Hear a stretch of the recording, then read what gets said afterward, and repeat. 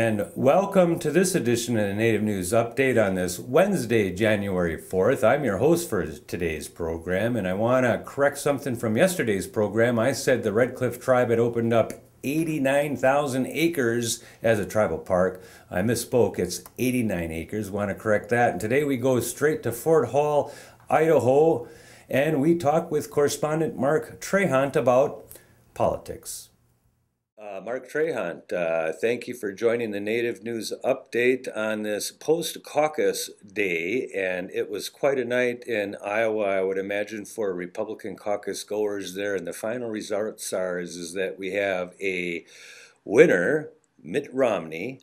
According to my last tally that I'm looking at, it says he a landslide by 8 votes over about 11 contenders. Tell me a little bit about what you saw and what you see and what happened in the Iowa caucuses yesterday. Well, it really shows you that every vote does indeed matter in an election because 8 votes separated, quote, the winner from the second place finisher, Rick Santorum. Although politics is so much often about perception, and this night was definitely that. And the perception is that even though Santorum took second, he was certainly the big winner. Mitt Romney spent 4 years and ginormous amounts of money in order to get the same amount of votes he got 4 years ago. So in that sense, he wasn't someone who really won the night. Is the Iowa caucuses a maker or breaker for political candidates in the Republican or Democratic Party? Is it a predictor? It's certainly a breaker more than a maker. Already, Michele Bachman from Minnesota has dropped out of the race. Rick Perry was, by all accounts, about to get out and then changed his mind and is going to do one more run in South Carolina. But yeah, it winnows the field down more than anything else. For the Republicans, it really is not a representative election at all. It represents a very conservative, Christian activist point of view, which suits Rick Santorum extremely well. Does it carry Santorum into any of the other primaries? For example, Bachman and Perry had both said that they were going to skip the next one, which is New Hampshire, coming up within days. And they were just simply, that's on January 10th. It's a semi-closed primary, but they said they weren't even going to go there. They were going to bop down into South Carolina. It sounds like both of them have decided that they're going to just bop right out of the race at this point. Right. Well, no, Perry may actually campaign in South Carolina now. Santorum has an operation in New Hampshire, so he'll, or Rick Santorum rather, will at least be there. It'll be interesting to see. New Hampshire is a very different battleground than Iowa, different philosophies, much more libertarian leaning. And it also is a home field advantage for Mitt Romney because he was governor next door. He has a home in New Hampshire. He is pretty familiar with the state. Also, there's former governor of Utah, John Huntsman, who's practically moved to New Hampshire for the past year. So his presence there is going to be interesting to watch. From here, it speeds up. They go from New Hampshire to South Carolina and then Florida. And Florida is really interesting. First of all, they moved the election against Republican rules, so they're very early in the process.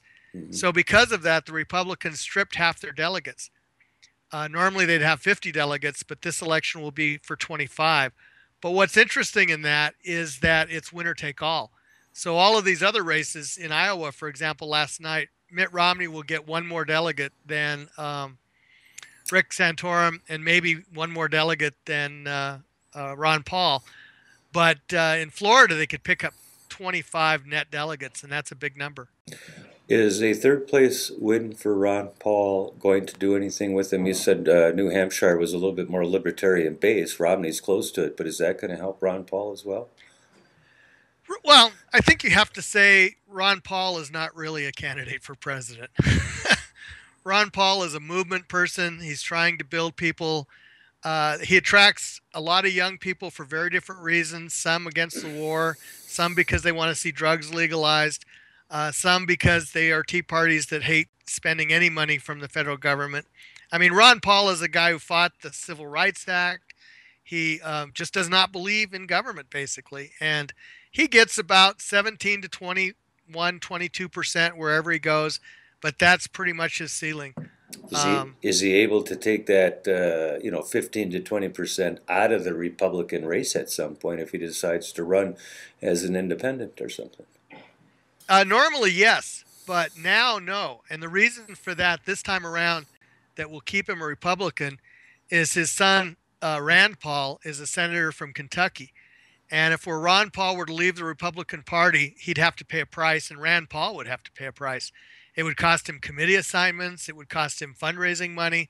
It would make it very difficult for him to be an operator. Many people see Rand Paul as Ron Paul's successor, and they've started kind of building the case for Rand Paul taking over the movement. And to do that, he needs to stay in the Republican Party. Oh, that's interesting. Newt Gingrich. Newt Gingrich has been around forever. He claims to be the most outside of the inside group that's running. He bounced up into the top there for a little while, spent millions as well. Tell me a little bit about what you think about Newt Gingrich's chance in this, and where are Bachman supporters going to go? Do you think that there were people asking her to drop out and pledge her delegates to someone else as a maker or breaker between Santorum and Romney and Perry? And she made the case in her speech today that she would like to see conservatives coalesce around someone, whether it be Rick Santorum or somebody else, and just be the conservative alternative to Mitt Romney. We'll see if that happens or not. So far, everyone's in it for themselves, and that's very good for Mitt Romney because he can continue to get 25, 30%. In New Hampshire, he may get as high as 50%. That really is a good state for him. Gingrich, does that help? Gingrich is an interesting case. He, I think, is effectively out of it. He can't win himself, but his speech last night was very supportive of Rick Santorum and basically said, I'm going to raise hell with Mitt Romney in support of Rick Santorum. So that's really unprecedented in a race. So we'll see what that means.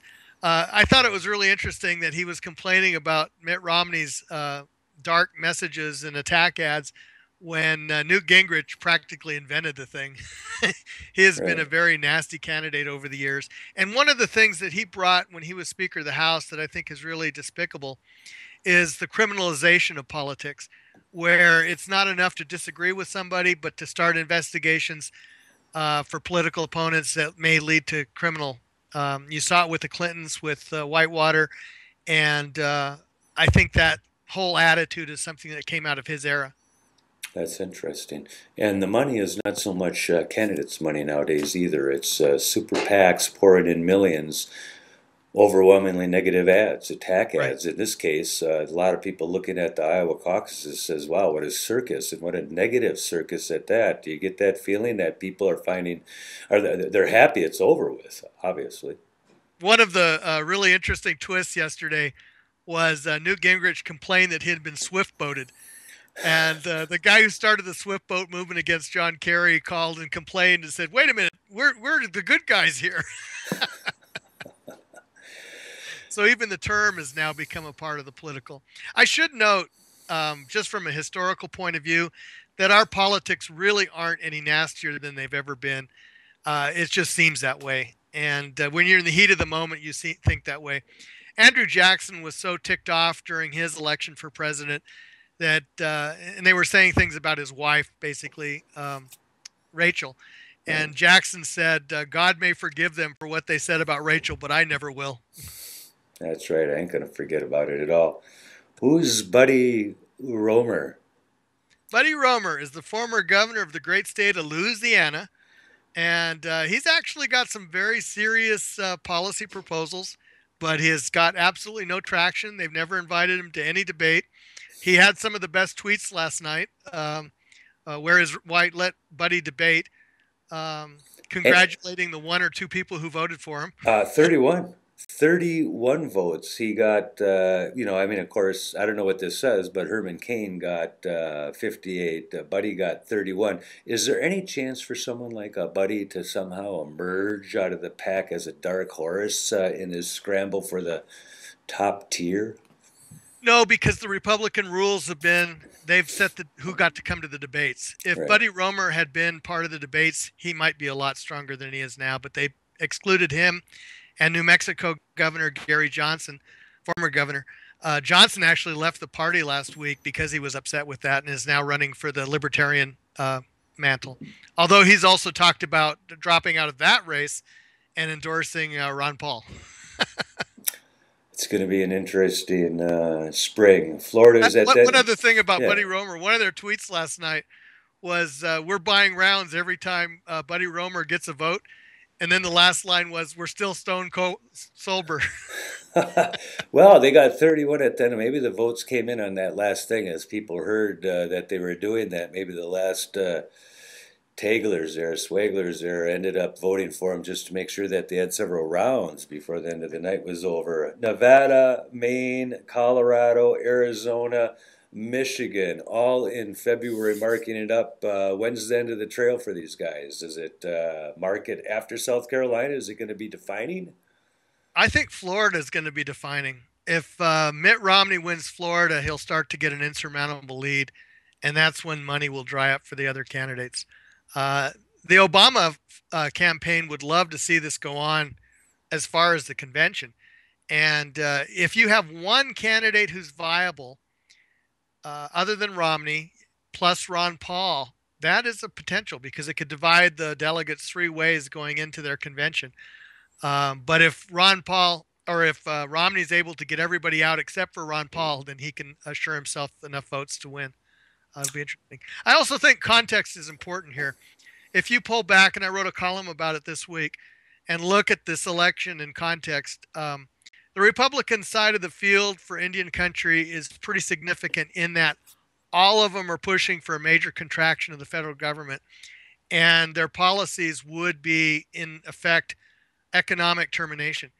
And there's no Republican candidate who said, wait a minute, we've got to do something to build our relationships based on treaties and tribes. And that just hasn't happened in this cycle. Well, we're going to want to follow you in the future. There's rumors that there was a lot of thumping going on in Minnesota last night. Someone said it was Tim Pawlenty kicking himself repeatedly. It'll be an interesting race to follow, Mark. Thanks for joining with us. www.marktrahant.com. That's correct. I got it down. Thanks again, Mark. We'll catch up with you again soon. And that is another roundup of news from Indian Country on this edition of the Native News Update. Remember, we're going to live stream the Gojibek taconite mining hearing in Ashland, Wisconsin this Saturday, January 7th from 10 a.m. until 6 p.m. IndianCountryTV.com.